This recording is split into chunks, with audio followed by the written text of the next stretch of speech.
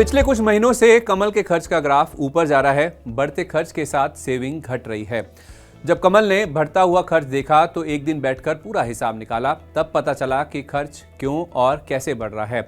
असल में उनकी जेब का दुश्मन निकला कैशलेस पेमेंट। मतलब ये कि पिछले कुछ महीनों से कमल जहां भी जाते थे फट से यूपीआई से पेमेंट कर रहे थे, लेकिन अब उन्हें समझ में आया है कि इस कैशलेस पेमेंट की सहूलियत ने खर्च का मीटर तेज कर दिया है। कमल अकेले ऐसे व्यक्ति नहीं है जिनका कैशलेस पेमेंट के चक्कर में खर्च बढ़ा है।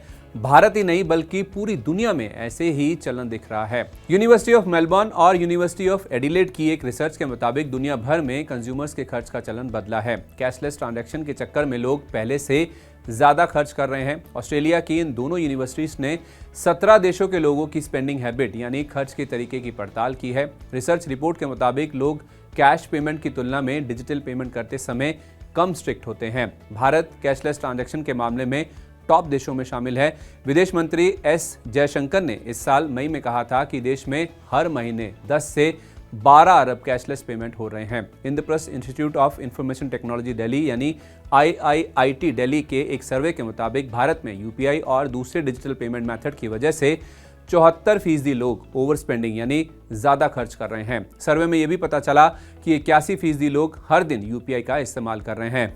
भारत में कैशलेस ट्रांजैक्शन में यूपीआई का सबसे बड़ा योगदान रहा है। National payments corporation of India के आंकड़ों के मुताबिक इस साल जून में करीब 13.9 अरब ट्रांजैक्शन हुए, जिनकी वैल्यू 20 लाख करोड़ रुपए से ज्यादा की थी। इसी तरह मई 2024 में क्रेडिट कार्ड से 36 करोड़ ट्रांजैक्शन हुए और कुल 1,65,000 करोड़ रुपए खर्च किए गए। तो ये थी दिक्कत जिसकी हमने बात की। अब दिक्कत का हल क्या होगा, ये समझना भी जरूरी है। इस समस्या का हल आप ही के पास है। इस हल का नाम है सेल्फ कंट्रोल। और खर्चों पर सेल्फ कंट्रोल करने के एक तरीके के रूप में आप कैश का ज़्यादा से ज़्यादा इस्तेमाल कर सकते हैं, क्योंकि जब आप कैश का इस्तेमाल करते हैं, पैसे गिनते हैं, इससे आपके खर्च की प्रवृत्ति पर असर पड़ता है। जब आप फिजिकली कोई पैसा नहीं देते तो इस बात का ध्यान नहीं रहता कि कितने पैसे खर्च हो रहे हैं। इसके अलावा कई एक्सपेंस ट्रैकर ऐप्स हैं जिनकी मदद से आप अपने खर्चों को ट्रैक कर सकते हैं। इससे पता चलेगा कि कहाँ ज़्यादा खर्च हो रहा है।